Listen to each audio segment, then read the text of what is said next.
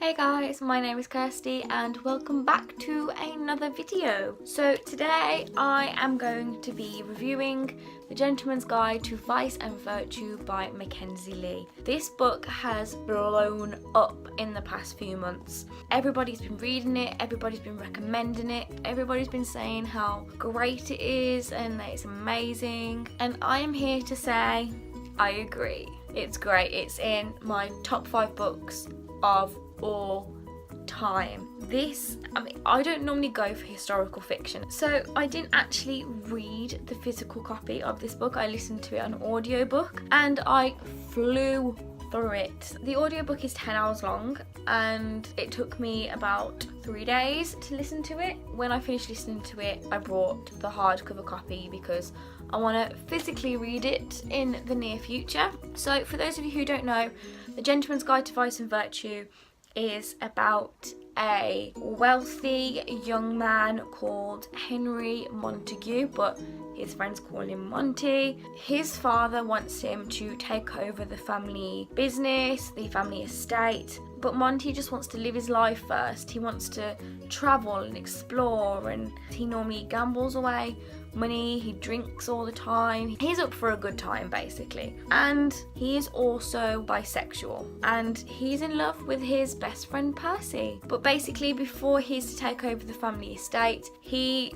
goes on this big grand tour of Europe with Percy and Monty's sister Felicity. And while they're on this grand tour of Europe, they encounter difficulties and highwaymen and pirates and the law and just trouble around every corner, and it is so good. I'm gonna put this book down because I am not gonna hold this throughout the whole review.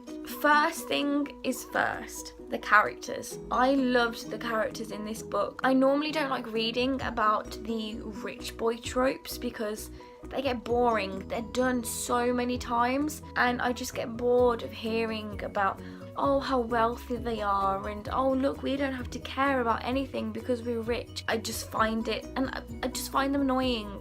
They're so pompous and arrogant, and to be honest, Monty is pompous and arrogant to begin with, and he is the stereotypical rich boy trope that you do see in young adult novels, but he has this certain flair to his character that I just found really charming and different from other rich boy tropes that I've read about. His sassiness is incredible and I just love it when he just goes to Percy, "Oh darling, you're adorable."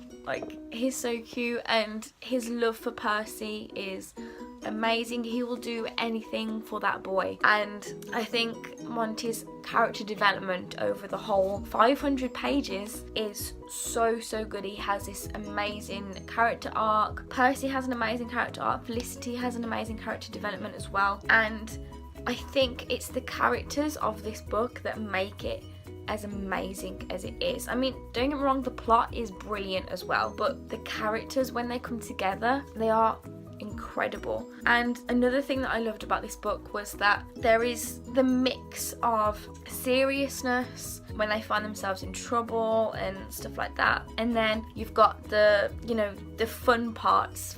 For example, when Monty gets completely drunk and he runs through the palace gardens of Versailles completely naked, and you're just like, why are you doing this to yourself, Monty? But so it's got the mix of humour and seriousness, and the serious parts come from the conversations that happen between the 3 main characters within the book. So you have Monty talking to Felicity about his sexuality, and the way Felicity listens, understands and talks to Monty is so heartwarming because you just want someone to be there for him, and Felicity is. And the conversation that he has with Felicity is a conversation that I can imagine a lot of people who want to open up to family parents would want, and it was just such a lovely conversation. And vice versa, when Felicity is talking to Percy and Monty about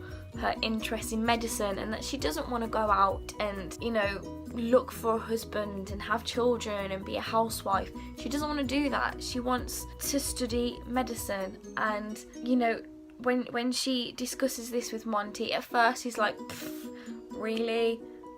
But then he starts to understand that, you know, Felicity isn't gonna let go of her ambition, and I think, you know, he really admires her for that. And over the course of the book you can see his love for her growing, and I think it was just amazing. And small spoiler here, so fast forward if you don't want to hear the spoiler. It's very minor though, very minor. Basically, Percy suffers with epilepsy, and he doesn't tell anyone until I think it's about a quarter of the way through the book, when he has an epileptic fit in the middle of a market, and everyone's like, oh my god, is he okay? Percy tells Monty that he's going to Holland at the end of the Grand Tour of Europe because his family is sending him to an asylum, because his family don't recognise his epilepsy as an illness, they recognise it as him being mentally unstable. And the conversation that he has with Percy and Felicity was so heartwarming, but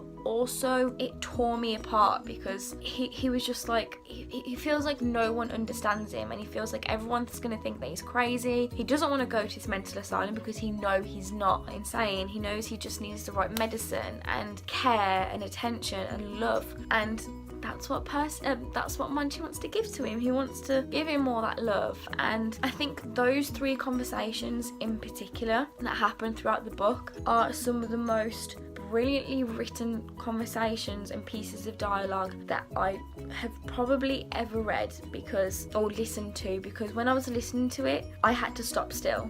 Like when I was walking to work, I had to stop still and listen, because I was just taking it all in, and it was three really important moments in that book, and that's one of the reasons why I think it's one of my top 5, because Mackenzi Lee has, you know, the way she mixed the humour and the seriousness of these three conversations together is really, really important, and it was really well executed. And, you know, it's just great. I mean, Felicity is that kind of girl that you'd want as your best friend. She's clever, she's humorous, she's sarcastic, she's witty, she's so caring and loving and adventurous. And, you know, Percy is you know, in YA, when you sometimes get the sidekick character of the best friend and they're only there to support the main character, Percy is not like that at all. Sure, yeah, okay, Percy's there to help Monty out in difficult situations and stuff, but Percy kind of levels Monty out. So Percy's like Monty's voice of reason. So Monty will do something stupid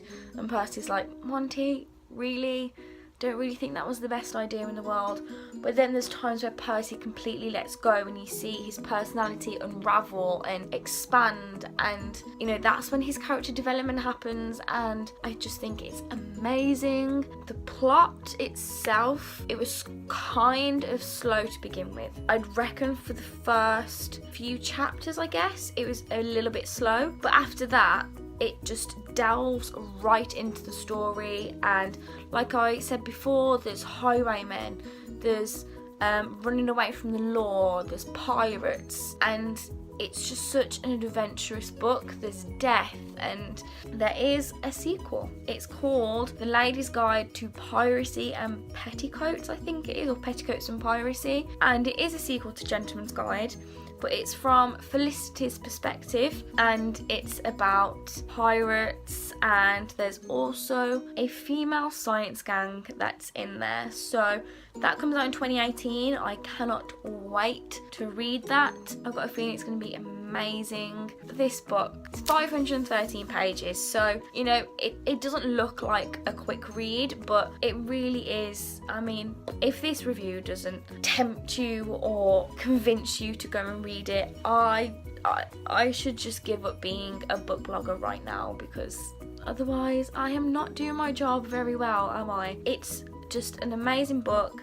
Everyone should read it. It is historical fiction. It's set in the 18th century, so the 1700s, but it doesn't seem like it. Normally when you think of historical fiction, you think of old white men and classics, and this is about, you know, 20-year-olds, 19-year-olds going on an adventure across Europe, getting drunk, having a laugh, but getting into trouble, finding their way out of it, dealing with the law. You know, there's a bisexual main character, and when you think about it, being bisexual or gay or black or mixed race or anything like that during the 1800s was completely utterly looked down upon. And that's kind of another conversation that Percy has with Felicity and Monty, is about the colour of his skin. I am not 100% sure if he is black or if he's mixed race. I'm not sure. There's this whole thing where he goes through this trouble of trying to accomplish things,